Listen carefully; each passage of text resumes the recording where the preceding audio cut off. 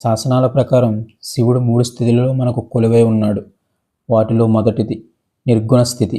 ఈ స్థితిలో శివునికి రూపం అనేది లేదు. ఈ సృష్టే శివునిలో వ్యాప్తి చెంది ఉంది. సగుణ స్థితి.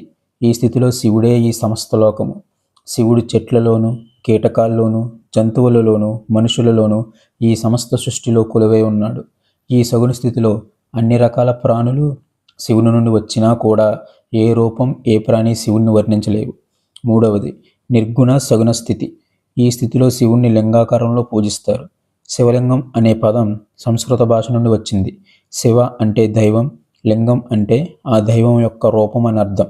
ఈ సృష్టిలో ఉన్నది ఏదైనా సరే ఒక వృత్తాకారంలోనే లేదా గోపురాకారంతోనే మొదలవుతుంది.